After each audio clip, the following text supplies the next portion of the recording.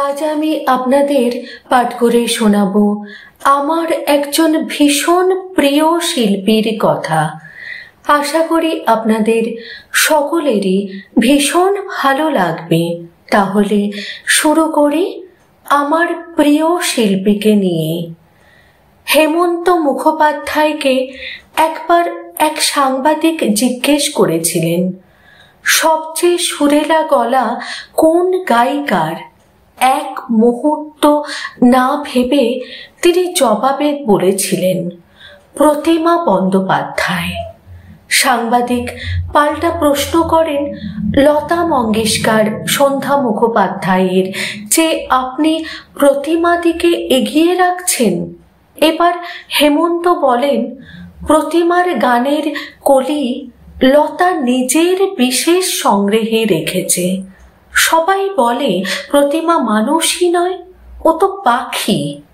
শুধু হেমন্ত নয়, সঙ্গীত জগতের অনেক দিকপালই বলতেন, আটপৌরে চেহারা, কপালে টিপ, তাম্বুল রাঙা ঠোঁট, সাদামাটা শাড়ির এই মানুষকে সাধারণ ভেবো না, সে অনন্যা।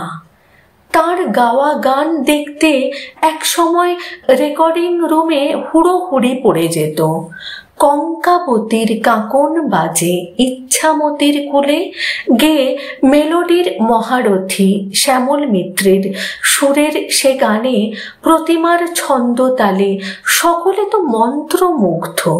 শুনলে মনে হয় ইচ্ছামতির পাড়ে কোনো বালিকা যেন নাচতে নাচতেই গানটি শোনাচ্ছেন। প্রতিমার বাবা মণিভূষণ চট্টোপাধ্যায়ের জন্ম মুন্সিগঞ্জের বিক্রমপুরে। মণিভূষণ কলকাতার কক্স অ্যান্ড কিংয়ে চাকরি করতেন। সপরিবারে থাকতেন ভবানীপুরে। তিনি ওস্তাদ বদল খানের শিষ্য অর্থাৎ পণ্ডিত বিশ্বদেব চট্টোপাধ্যায়ের গুরু ভাই ছিলেন। মণিভূষণ চট্টোপাধ্যায় গজল, ঠুমরি, দাদরায় ছিলেন ওস্তাদ। প্রতিমা যে বছর জন্মালেন সেই 1934-এই তাঁর গানের রেকর্ড বার হয়েছিল। অজয় ভট্টাচার্যের কথায় ও শচীন দেববর্মনের সুরে, যৌবনে হায় ফুলো দলে পায়, হিমাংশু দত্তের সুরে, স্বপনে কোন মায়াবী, কিন্তু বিধি বাম, তখন তাঁর বয়স সবে 27। মারা গেলেন মণিভূষণ, স্ত্রী কমলা 18। শিশু প্রতিমা তো মাত্র 1। অভাব অনটনেও কমলা মেয়েকে গানের জন্য হারমোনিয়াম কিনে দিলেন। বাবার ফেলে যাওয়া গান কণ্ঠে তুলে নিলেন প্রতিমা। 11 বছর বয়সেই প্রথম রেকর্ডিং বের হয়। তার কণ্ঠ শুনে সম্ভ্রান্ত যুবক অমিয় বন্দ্যোপাধ্যায় তাকে বিয়ে করেন। সব ধরনের সব গোত্রের গানে প্রতিমা সফল তার অপাপবিদ্ধ কণ্ঠের ঐশ্বর্যে। হেমন্তের স্নেহধন্যা তো তিনি ছিলেনই, কাজ করেছেন সেদিনের সমস্ত বরেণ্য সঙ্গীতকারদের সঙ্গে।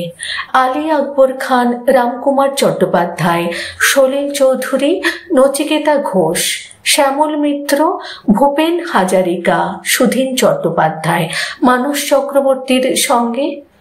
হেমন্ত তাকে হিন্দি সাহারা সিনেমায় গান গাইতে বোম্বে নিয়ে যান, কিন্তু সংসার ছেড়ে বোম্বে থাকতে চাইলেন না। বিদেশে আমন্ত্রণ পেয়েও তিনি যাননি, বললেন প্লেনে উঠতে ভয় লাগে, আর ওখানে পান পাওয়া যায় না। উনি যে কি বিরাট শিল্পী ছিলেন নিজেই তিনি তা জানতেন না। বললেন গায়িকা হৈমন্তী শুক্লা। প্রথম যখন তাকে সামনে দেখি তখন আমি বেশ ছোট। মায়ার সংসার ছবিতে রবীন চট্টোপাধ্যায়ের সুরে উনি আর হেমন্তদা গাইবেন। তার মাঝে একটি শিশু কণ্ঠ লাগবে, সেই অংশটা আমি গেয়েছিলাম। সেই গানটাই আমার প্রভাত মধুর হলো। তো আমি গিয়ে দেখি কে বলবে অত নামী গায়িকা তিনি। কেমন মুখটি নামিয়ে চুপ চুপটি করে বসে আছেন। গান শুরু হলো, আর একটু না নড়ে চড়েও তিনি যেভাবে সুরের নাচন লাগিয়ে দিলেন তাতেই বোঝা গেল তিনি কে। মনে আছে, আমি দাদার সঙ্গে রিহার্সালে গেছি একদিন, আর সাইক্লোন এলো। আমি আর আমার দাদা ভেউ ভেউ করে কাঁদছি। এবার বাড়ি ফিরি কি করে? এগিয়ে এলেন তিনি, সরু সরু গলায় মিষ্টি করে বললেন, ওরে তোরা কাঁদিস না, আমি তোদের বাড়ি পৌঁছে দেব। তা তো দিলেনই, আবার বাড়ি ঢুকে আমার বাবা পণ্ডিত হরিহর শুক্লার সঙ্গে দেখা করে বলেও গেলেন। ছেলে মেয়েকে দিয়ে গেলাম।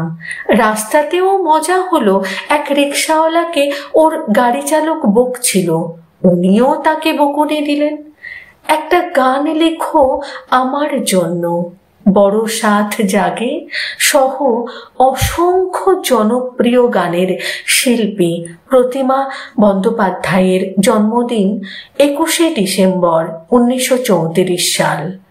29শে জুলাই 2004 সালে তিনি মারা যান। এই লেখনী সংগৃহীত। যিনি এই লেখনী সোশ্যাল মিডিয়ায় পোস্ট করেছেন তাকে আমার তরফ থেকে এবং আমার পরিবারের সকল সদস্যদের তরফ থেকে অসংখ্য ধন্যবাদ জানাই।